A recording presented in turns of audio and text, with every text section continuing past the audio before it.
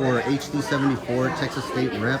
How are you doing today? How was the trip? It was good. It was good. It was a good trip. Well, glad to see you here in Maverick County. I know we've been interested in speaking with you, having a discussion with you as far as what are your values, what are you going to bring to the table. We're kind of active on Facebook, so we see a lot of back and forth and a lot of comments that people may have been saying about or the Republican candidate coming in.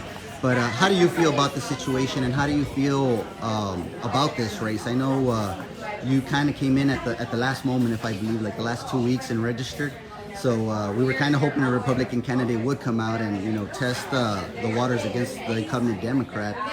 Anything you want to say?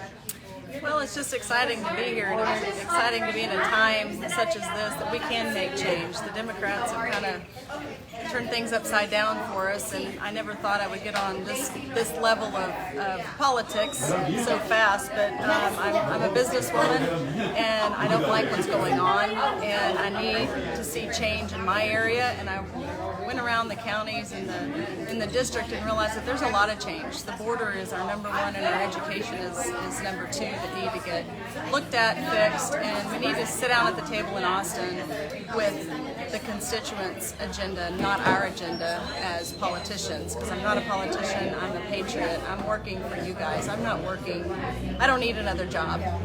But America, Texas, this district needs a strong person to step up for grassroots values in Austin and make changes.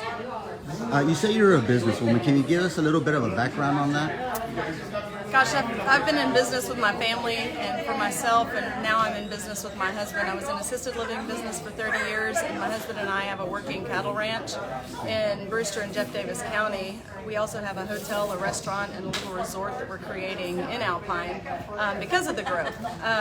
And so the hospitality business is been interesting, been very, very interesting the last 2 years, but we have succeeded. We've made it through COVID, we're making it through the drought, and that's what it takes. It's hard work and determination when there's issues. And you say you're from Alpine, correct? Yes. Well, I'm from Fort Davis, Marfa, but my husband and I live at the ranch in Alpine. Oh, okay, Marfa. Beautiful town, beautiful town. Yeah. One of the questions that we were kind of curious about, of course, we want to get a little more in depth and hopefully invite you into one of our podcasts, but do you see the same things happening on the state, federal level as far as party division and everything like that? To me, it's kind of turning into politicians versus for the people type of deal, not necessarily a Democratic Republican. So everything's kind of moving around. I think more than anything, people of Maverick County want somebody that they can trust, want somebody that really aligns with their values. And I think a lot of the stuff that's coming out is self-interest stuff from the other side. And that's what has gotten a lot of people that I've spoken to here locally in Maverick County upset about what's going on at the state rep level, right? So we want to kind of know and make sure that you are out here with good intentions and everything, as anybody that's running for office. But how do you see yourself taking over this position at the state level, and what kind of priorities will you be giving yourself, and how will you be assessing those priorities in communicating with all your counties? I know you do have a big stretch, especially of the border. There already has been criticism from the Democratic Party with Spanish-speaking challenge that you may have. I'm not sure if you do speak Spanish or not. How are you going to tackle those issues?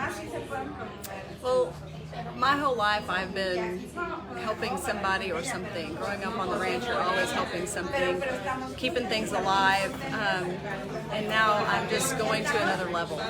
I'm a humanitarian. You can come where I'm from and you can ask anybody, what does she do, what does she give? I've given of myself my whole life. And now it's time to reach out a little further than my own community.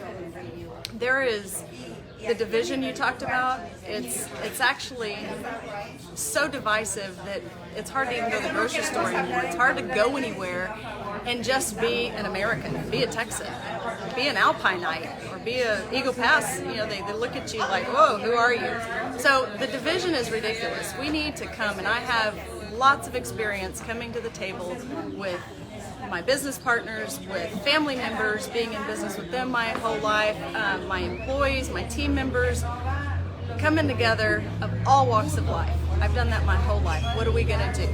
How are we going to fix this? COVID was a great example because I opened 2 weeks before COVID hit. And it was like, wow, okay. What are we going to do? I had, 60 employees that need their jobs. So we sat down and we came to an agreement of how we were going to fix it, and we did, and I've been successful through it. As far as the Spanish speaking, I am not fluent in Spanish. I can get by, but that's not going to help me on the border. There is plenty of people that speak fluent Spanish. I have Hispanic family members personally that have said, we'll travel with you, we'll go with you, we'll help you. There is people everywhere that would love to go and be part of, because that's how they can serve, by serving me as an interpreter on the border with people that need to be talked to that don't speak fluent Spanish. So I don't see that as a problem whatsoever. That's just smoke and mirrors. That's just trying to find something. And those are the people that they're going to, no matter what I say, no matter what I do, they're going to find something wrong with any of it, because that's the divisiveness. They can come and talk to me and let's find a solution if they really want something to be changed. Yeah, and that has been, from what we've been looking into, researching, your biggest critic so far. And to me, I think that's not much of a criticism. Yeah, pretty petty. Priority-wise, what is it that you see, not necessarily what is being done wrong right now, but what would you like to, implement and change if elected our next state rep? Everybody says, what are you going to do? What are you going to do? Well, what I'm not going to do is I'm not going to lie, steal, and cheat.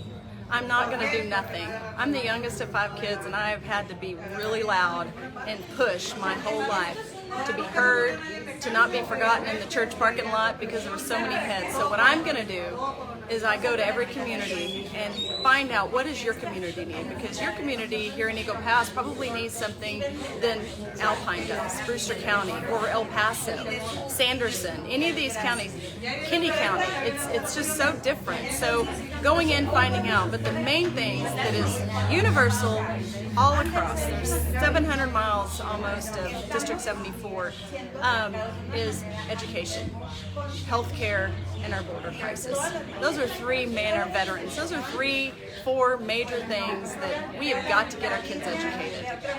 Get this critical race theory, get all this stuff out of school. It doesn't belong there. What belongs in school is education, math, reading, writing, history, language, arts, all of it. That's what we need to be teaching, and our border needs to be secure. Our kids and our families need to feel safe in their homes, living on the border. This isn't, someone told a friend of mine, well, it's a choice, you live there, move. No, it's not that simple.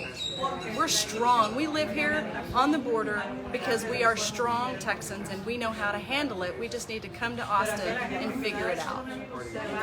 All right. Well, thank you very much, Ms. Parker. We hope to catch up with you soon and have you in for some of our podcasts. Absolutely. And we'd like to keep in touch with you throughout your race. I appreciate it.